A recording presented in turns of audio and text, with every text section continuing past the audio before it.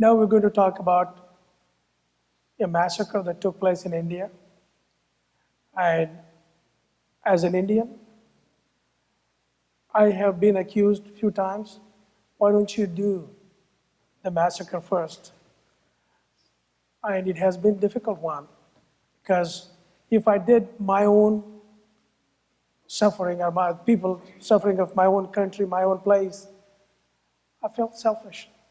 I have to acknowledge others' suffering first before I come to my own. And Sajid Gopal is going to speak about it. He proposed last year at this event that why don't we do about the Gujarat massacre. So I asked him to come and share what it was about. And after that, we're going to watch our time. We're going to finish it on time. And if we have the time, we will play another video for 4.5 minutes. Sajid, come on up.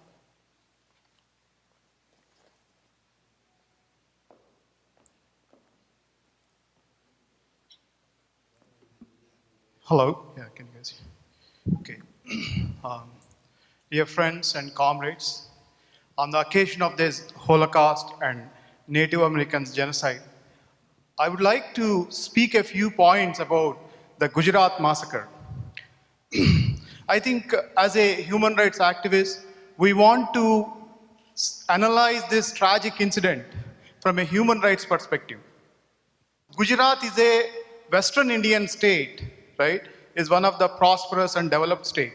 In 2002, right? In 2002 February, there is a train which is passing through. It has reached a station called Godhra, right? So this train has a couple of coaches, has some pilgrims, religious pilgrims. The train reached in the early morning of 7:40. So what happened is when it reached, there is a altercation between these religious pilgrims and some of the food vendors, right? So what happened is subsequently, somehow the coach in the train, it got burned. There are about 58 people were died. But unfortunately, we don't know what is the reason for this. Is this an electrical accident within the train, or some people from outside where they attacked? We don't know the real reason.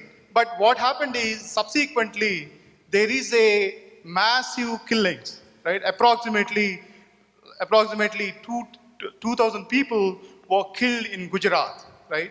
And just imagine, innocent people were killed, women were raped, even a pregnant woman of 9 months pregnant woman, even she was raped and she was brutally killed. And the children was burned. And there are thousands of houses have been destroyed.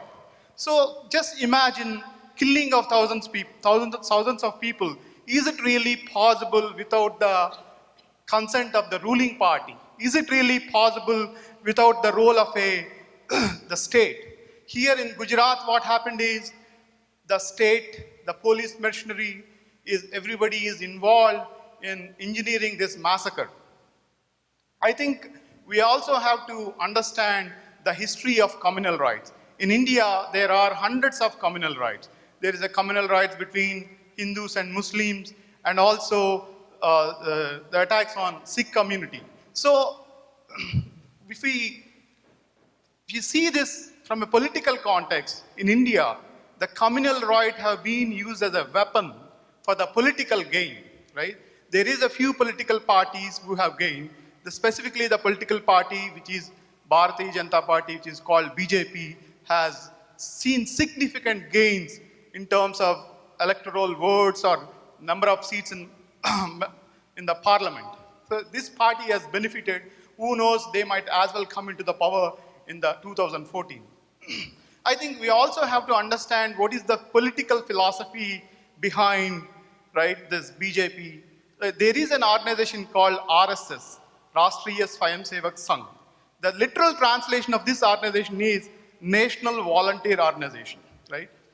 This organization, RSS, is more or less same as Nazis. If you see in the American context, they have a lot of similarities between Ku Klux Klan, right? The founders of RSS, right, the Goldwalker, they drew a lot of inspiration from Nazi Germany and Hitler. So they wanted to build a authoritarian Hindu state, right? At the same time suppressing, the minority. So they have done this groundwork almost like 60 years and 70 years, and they have spread across thousands of organizations, right? Even there in Dallas, Texas, right? In the college campuses as well as the outside, they build these religious fanatic organizations, right, which spreads their ideology. So in Gujarat, what happened is there is this massive communal hatred has been spread across. I'm sure some of you know the history of the fascism, right? The fascism meaning projecting minority as an enemy to the majority, right? The same thing we have seen in Italy, the same thing we have seen in Germany, right? And again, in this 21st century, again, this religious fascism is rising in the name of nationalism and so-called. So once this religious hatred has been spread, right, under the leadership of Mr. Shri Narendra Modi, who is the chief minister, meaning like a governor of a state, right? He's the head of the state. Under his able leadership, right, these religious fanatics have committed this massacre and they killed thousands of people. But unfortunately, the Indian judiciary, right, Indian court, they're not able to punish these criminals and these perpetrators because he is still in power, right? Right now, as we speak, he's still in power for a state, and now they are projecting him to be the prime ministerial candidate of India. The fundamental question arises, who are the forces who are capable to defeat these religious fascists? Is it the neoliberals? Like in India, there is another party called Congress Party, which is incapable and which is corrupt, right? So they're not capable of defeating. So because of this, like social political conditions, this religious fascists, the political power is keep on rising. And also there is another argument. Gujarat, like what they are saying is Gujarat is an industrial state. There is a lot of progress. But when we measure the development or when we measure the progress, we have to take the civil rights record also into account, right? Hitler, if you study the history, during the Hitler era, Germany has gone through a significant industrial progress, right? A massive progress. But at the same time, he was also responsible for the millions of killings of Jews, right? So only the economical prosperity cannot condone, right, the human rights record. So even though in the state of Gujarat, right, there is only development of industrialists and billionaires. But if you see the life of the public, the common people, right?